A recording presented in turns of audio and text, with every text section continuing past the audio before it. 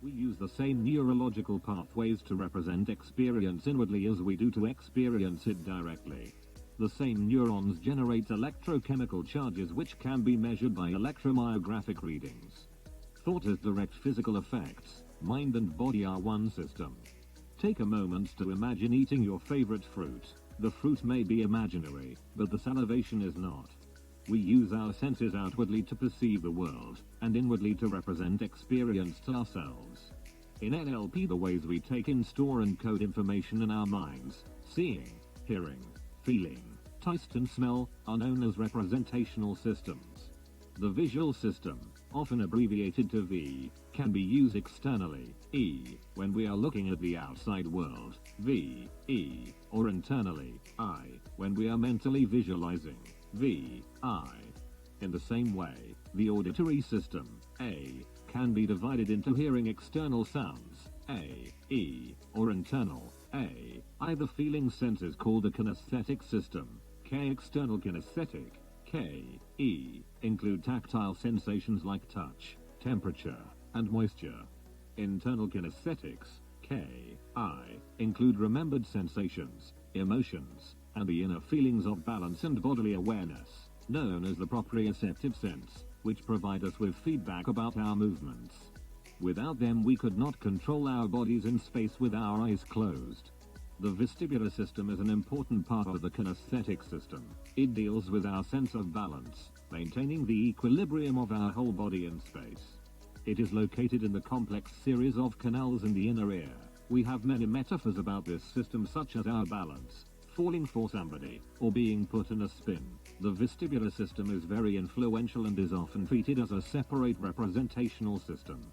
Visual, auditory and kinesthetic are the primary representation systems used in Western cultures. The sense of taste, gustatory, G, and smell, olfactory, O, are not so important and are often included in the kinesthetic sense. They often serve as powerful and immediate links to the sights, sounds and pictures associated with them. We use all three of the primary systems all the time, although we are not equally aware of them all, and we tend to favor some over others. For example, many people have an inner voice that runs in the auditory stem, creating an internal dialogue. They rehearse arguments, rehearse speeches, make up replies and generally talk things over with themselves. This is, however, only one way of thinking. Representational systems are not mutually exclusive.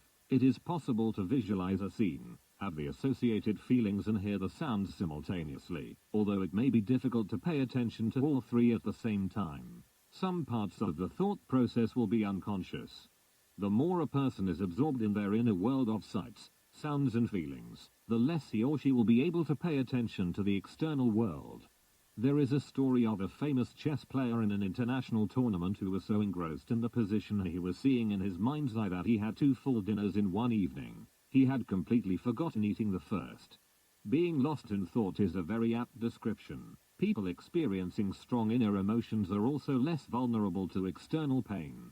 Our behavior is generated from a mixture of internal and external sense experience. At any time we will be paying attention to different parts of our experience.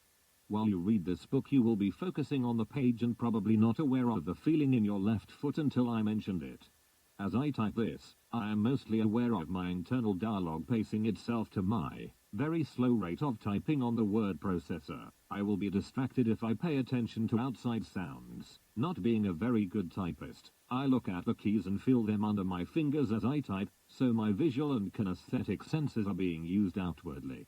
This would change if I stopped to visualize a scene I wanted to describe. There are some emergency signals that would get my immediate attention. A sudden pain, my name being called, the smell of smoke, or, if I am hungry, the smell of food.